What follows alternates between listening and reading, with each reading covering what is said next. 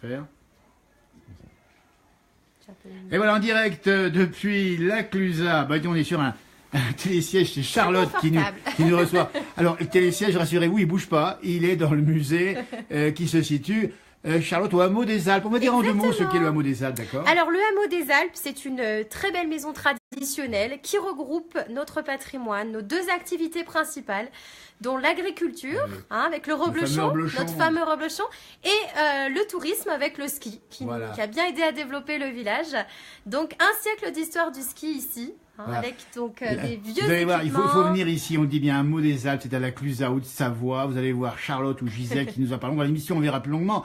Deux mots, dites donc, Charlotte, sur ce que... Là, c'est le fameux télésiège qui montait où, celui-ci? Celui-ci au Crêt du Merle, télésiège du Crêt du Merle. Il a arrêté en 2000, il a été lancé en 1970. Exactement, et maintenant, on a un tout nouveau débrayable, 6 places, à tester. Ça, c'est l'histoire. Pour ceux qui sont passés par la Clusaz, allez, moi, je vous le montre, le télésiège, là, il était comme ça à l'époque. Voilà, il est encore... Et derrière vous, Charlotte, il y a donc là les fameuses... Les œufs, enfin c'est un œuf. Les œufs, exactement. Un œuf de Balme. Alors ça, c'était pour monter à Balme, ça. Voilà. Et ici, il a arrêté quand, à peu près, il y a déjà quelques temps. Alors, oui, celui-ci, ça fait plus longtemps, à peu près les années 60...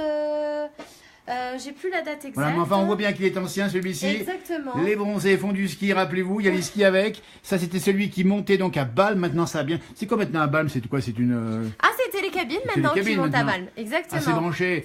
Et dans ce musée où nous sommes ici, du ski, vous avez bien sûr ici les ustensiles. On voit ici... Eh bien, une luge, on voit les chaussures, les bâtons de ski. Les vieux équipements, l'ancêtre un petit peu de notre dameuse, si je puis dire. La dameuse de l'époque.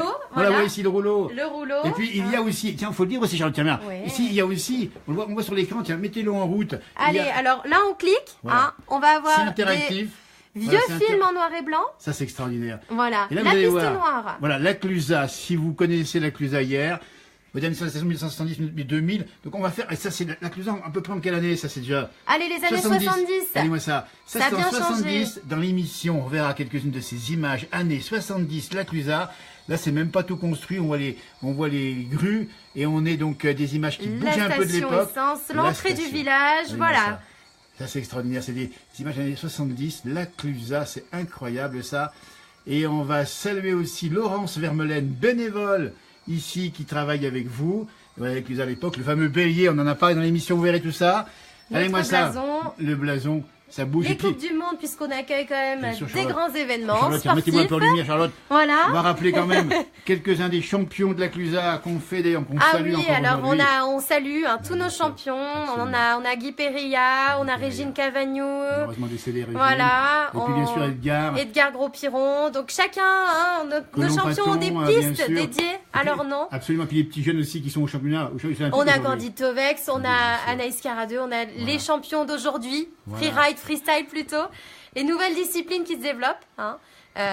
Donc on est ravis de les avoir. Aux Jeux Olympiques, aujourd'hui, on a des nouveaux champions. Voilà, c'est ça, la jeunesse. La jeunesse, l'avenir. Merci Charlotte, toute jeune ici, guide du patrimoine. On les connaît bien, on les apprécie beaucoup. Rendez-vous, ça va passer le 14 mars sur Mont Blanc Live TV dans la place du village. Voilà. On va voir tout ça. On va commencer avec Alexis Bongard sur le front de neige. On verra bien sûr maison cette hameau des Alpes magnifique. On donne des petits bonjours. Nicole, bonjour. Marcel, bonjour. Marie-Claude, bonjour. Voilà. Yoann, bonjour également. Ça se passe comme ça. On vous salue beaucoup. Merci Charlotte. À tout bientôt. Merci beaucoup. À bientôt. Le hameau des Alpes, c'est ouvert tous les jours. Tous les jours, je vous le rappelle. Tous les jours en saison. 10h, midi, 14, 19h. Et toute l'année pour les groupes. Toute l'année pour les groupes. Allez, Harvey. Allez, moi je termine sur les œufs, dis donc. Oh, l'œuf ici qui montait à Balme, là-bas, avec les skis à côté. Ah, je m'en approche encore. Tiens, on va voir si on peut monter dedans. On peut monter dedans ou pas? Oui, bien sûr. Allez, moi ça. C'est Charlotte, on vous suit. Allez, c'est parti. On est parti, ça passe décroché, vous êtes sûr? Allez, je mets le film, je me mets en route. On a même l'histoire dans l'œuf ici de la télécabine, le boom des aménagements, nous dit-on. C'était vachement étroit à l'époque. Très très étroit, on voit. Faut pas être.